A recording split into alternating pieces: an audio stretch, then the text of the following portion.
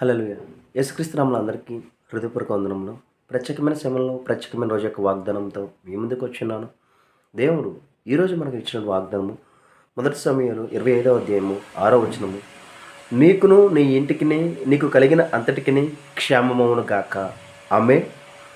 ఈ వాగ్దానం ద్వారా మనం దీవించబడును గాక.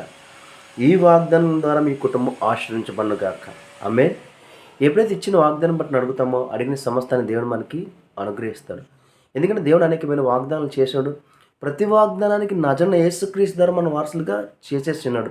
కాబట్టి నువ్వు బట్టి వాగ్దానం బట్టి అడుగుతావో నువ్వు అడిగిన సమస్తాన్ని దేవుడు నీకు ఇస్తాడు. ఎందుకంటే సమస్తం జయించిన అనుభవాన్ని దేవుడు నీలోనే పెట్టి ఉన్నాడు. ఎలాగా?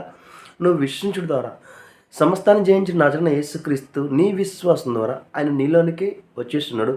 ప్రతిదాని మీద అధికారము నీకే ఇచ్చి ఉన్నాడు. కాబట్టి నువ్వు ఏ పరిస్థితిని జయించగల శక్తి నీలో ఉన్న విశ్వాసం ఎప్పుడైతే ముందుకు వెళతావో, నా దేవుడు నాతోనే ఉన్నాడు, నా దేవుడు నాలోనే ఉన్నాడు, నాకు సహాయం చేస్తానన్న విశ్వాసం ఎప్పుడైతే నువ్వు ముందుకు వెళ్తావో ప్రతి దాంట్లో దేవుడు నీకు విజయాన్ని ఇస్తాడు. నీ ప్రయాణంలో తోడై ఉంటాడు. నువ్వు చేసే ప్రతి పనిలో దేవుడు నీకు సహాయం అందచేస్తాడు. ఈరోజు ఈ వాగ్దానం ద్వారా నీ జీవితంలో నీ కుటుంబంలో కావాల్సిన ప్రతి ఒక్క సహాయం మీకు అందునుగాక. ఆమేన్. ప్రార్థించుకుందామా? మహాప్రేమ గల తండ్రి, నీకే వందనాలు స్తుతులు చెల్లించుకున్నాం తండ్రి. ప్రతి ప్రయాణంలో తండ్రి మీరే తోడై నడిపించండి తండ్రి. ప్రతి అప్పు ఐశ్వర్యంగా మారునుగాక, ప్రతి అనారోగ్యం ఆరోగ్యంగా మారునుగాక. ఎవరెవరు ఏ పరిస్థితుల్లో ఇబ్బంది ఉన్నారో తండ్రి ప్రతి ఇబ్బంది నజరైన యేసుక్రీస్తులో తొలగిపోనుగాక అని ప్రవచిస్తుందండి.